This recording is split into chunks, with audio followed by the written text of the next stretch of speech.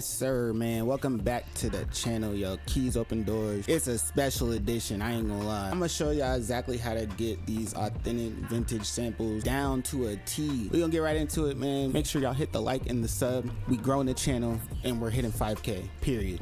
Most of these I bounced out to audio, just kind of go down the list. I always start my samples with chords, whether it's piano or you know what have you. Usually it's piano. On this one I kind of was just playing around, like just finding like an idea. I don't know if y'all ever like play with the synth or something like that and then you just like hear something. It was like a little snippet, almost like you're like sampling, right? It's like playing random ideas that kind of sound bad.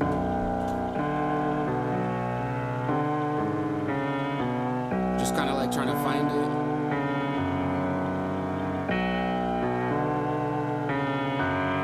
See, I like that. And so I took that one part that I had and made it a real idea. So using Contact Golden Age Grand, one of my favorite like old vintage kind of pianos to use, I laid it down, you know, took that those midis, kind of made them sit where they need to be. This is what I ended up coming up with.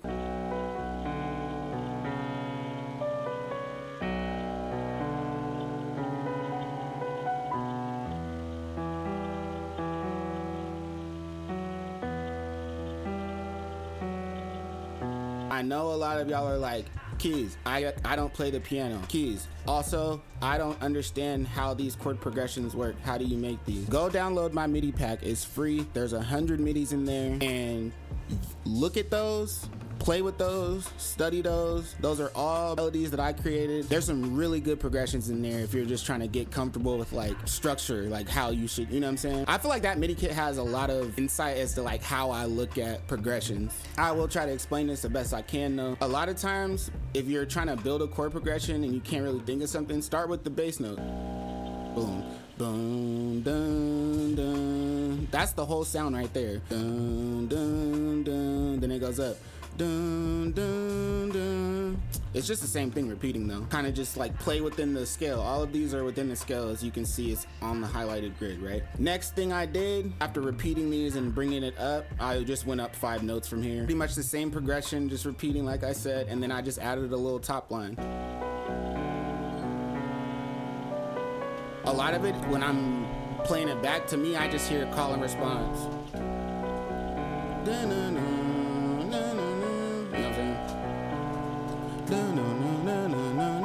You know what I mean? Like, use repetition, use your ear, and stay within the highlighted scale.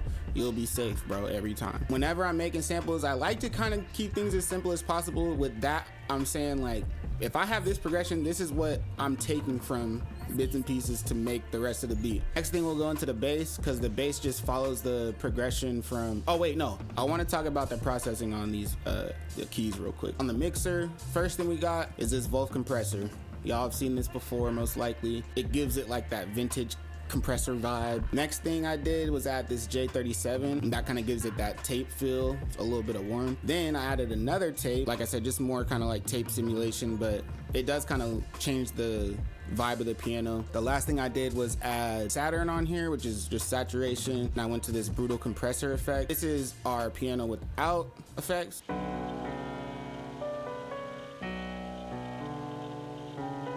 And this is with.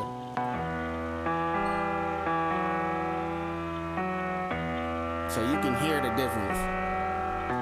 So the keys, done. Bass, there's this kit from Coupe de Truth called the Ascension kit. If you get that kit, there's a bass in here, the all me bass. This is like, before I started using Contact, Rickenbacker, whatever, this is one of my go-to basses. It's really like just like an authentic guitar type feel. So I took the same kind of progression from the chords like I was saying before, and I built this bass line right here.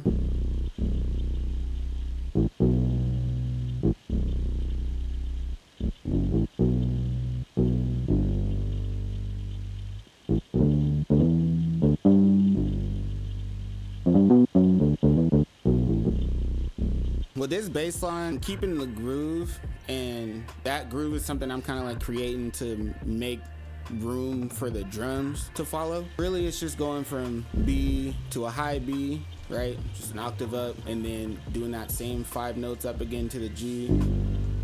I like to do these little flicker notes. I don't know what that's called, but it definitely adds like a lot of authenticity. And then on this last part here, I really like what I did with the bass where it's kind of off grid. Like if you listen to it with the metronome.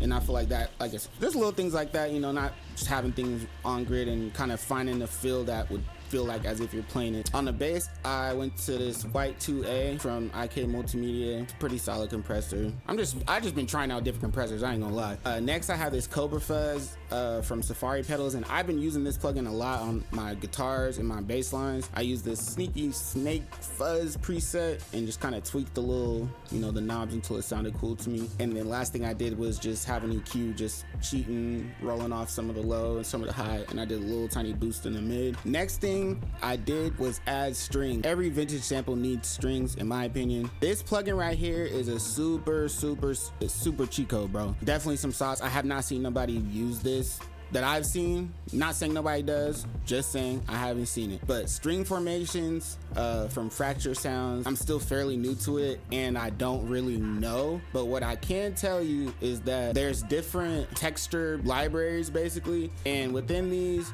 you have different effects. If you play the ripples, it's kind of like light, like shimmery effects. Play this circulations.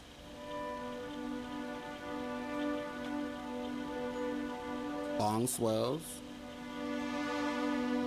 So there's really a lot of like different variations you can do. Like I said, I'm not gonna do everything right now, but this is dope because VST is a cheat code because it gives different voicings without you having to do anything on the velocity. That's one thing that I've noticed so far. So I'll explain with this MIDI that I did. I just removed some of the notes as you can see, and then I pitched it up an octave. So this is what it sounds like, the MIDI that I got.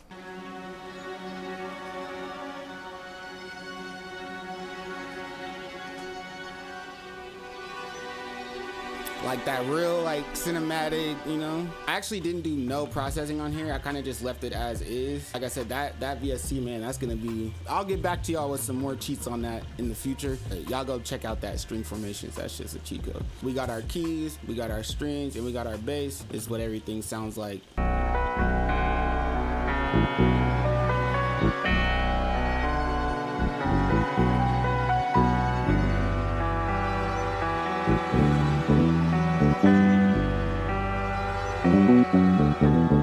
I'm gonna explain this real quick because this isn't really anything too crazy. This is just the same piano progression. I just took out notes, and I like to do this a lot of times when I'm making samples for like a, you know, the verse section or whatever. I find that whenever I'm making the progression and then I add everything, I'm not gonna say it's too much, but it's like if I'm looping that consistently, like it can get kind of like tiring for the ear. I'll just have another section where it's just like just the progression basically, and then, you know, I have other things going on, so it doesn't feel as like there's room for if the producer wanted to chop less, you know, instrumentation or whatever's gonna happen. I feel like it just gives more space for the creator to go from there. Yeah, so this is what that sounds like with just like taking out some of the notes.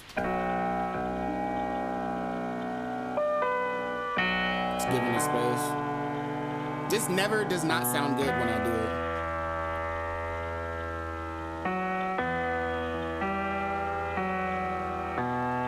Alright, so let's get into the drums because this is actually real special on this sample in particular. It depends on the sample, but I've used drum loops and kind of just chopped them or just kept it as is and just looped it, and that can do the job, don't get me wrong. But if you can get like a drum VST, something authentic like Addictive Drums or like whatever. So the first thing I did was on the drums was go into Addictive Drums right here. I went to our to the vintage dry, and then I pulled up this gentle bass. You know, these drums are like, obviously, a lot of people use these. This drum's been out for a decade, bro, like, not gonna lie. So I did a hat line, I did a kick line, I did snare, I did cymbals, and then I did toms separately.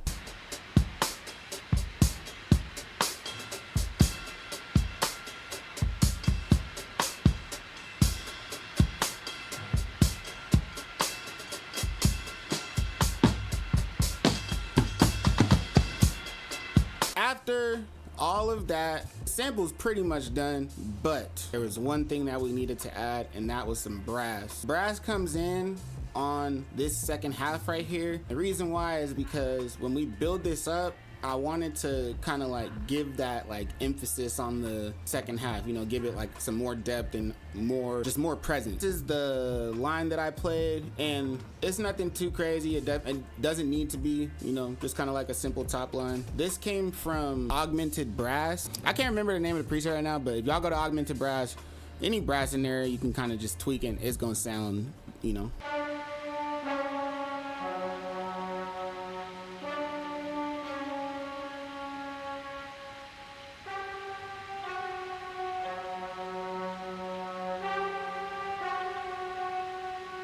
And then I forgot to talk about the drums processing, but on my drums bus, I just had this Abbey Road saturator. I thought it made it sound kind of clean, and I threw reels on there again, and I have this open preset. On the brass, I just had a little bit of Valhalla Verb. Lastly, and this is the last thing that I added, was vocals. I went into Play Voices of Soul. Y'all haven't seen this plugin, definitely go check it out.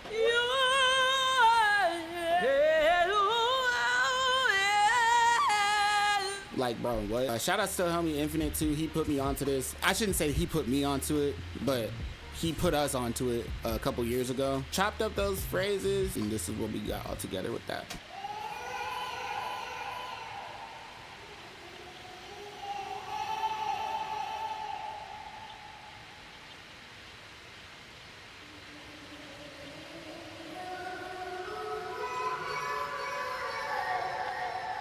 You can add so many crazy effects on these to make them sound good too. I went with this Silk Vocal. This is a Waves plugin, by the way, and I just used this Raw to Pro male preset. This just kind of gives it like a little bit more dynamics on the vocal side. I use this Supernova Verb from Neuro Audio, and this is the Pure Chamber and the Nashville Chamber preset. Turn down the mix just a little bit. And my go-to, y'all know the vibes, H delay, man. Even though those vocals sound crazy, just playing them as is, I always chop stuff up and try to make it something different. Pitched it a little bit. And then I reversed this one actually. Picasso, baby. Final listen.